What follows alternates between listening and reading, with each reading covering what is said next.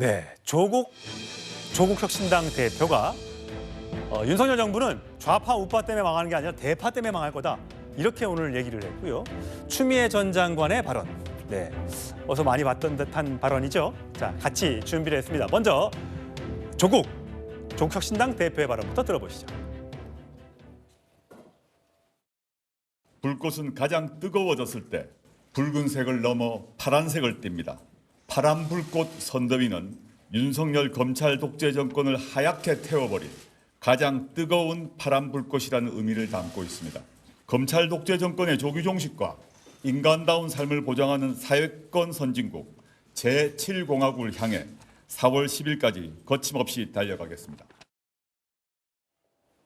예, 송 대변인. 일단 먼저 이거부터 짚고 갈게요. 오늘 조국 대표의 말이 이제 점점 거세지고 있는데 윤석열 정권은 좌파나 우파가 아닌 대파 때문에 망할 거다. 대파 한 단에 870원. 이게 합리적인 가격이라는 게 대통령인데 참 부끄럽고 창피하다라고 하면서 이제 대통령을 직격을 하면서요.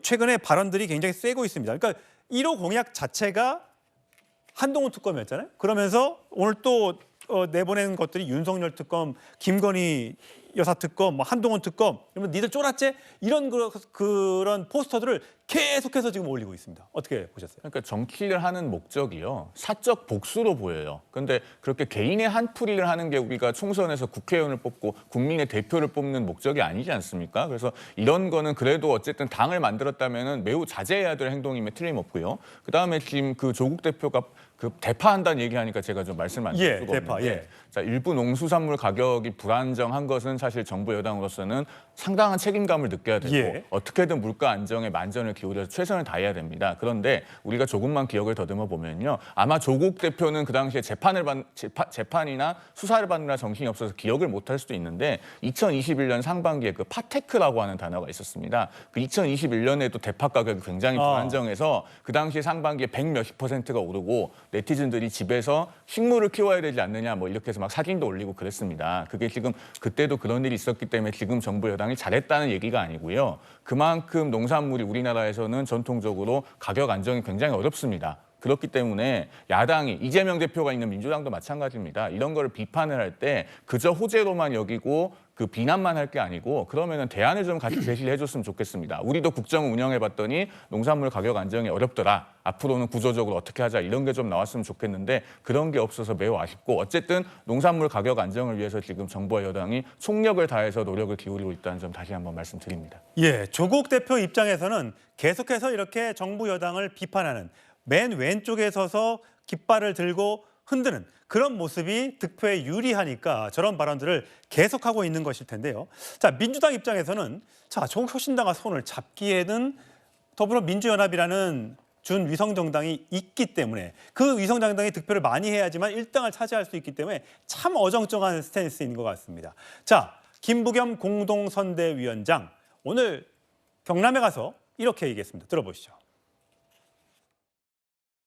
조국 혁신당의 돌풍에 대해서는 뭐 저희들도 인정을 하고 아마 윤석열 정부의 독선 독주에 대해서는 제동을 걸고 싶은데 조금 민주당이 협조하지 않은 측면이 있었던 것 같습니다. 선명성을 바라시는 유권자들도 그쪽에 더 주목을 하는 것 같습니다. 조국 혁신당과는 윤석열 정부의 독선 독주를 견제한다는 측면에서는 저희들은 부당 관계 맞지만 단기간에 정치 정서를 볼 때 이 문제는 분명히 구분하는 게 좋겠다. 예, 자, 성추행 부의장. 어쨌든 지금 비례대표 투표 정당 뭐 여론조사 보면 뭐 여론조사마다 좀 차이는 있습니다만 이 조사 같은 경우는 국민의 미래가 35.3인데 더불어민주연합이 19.2고요.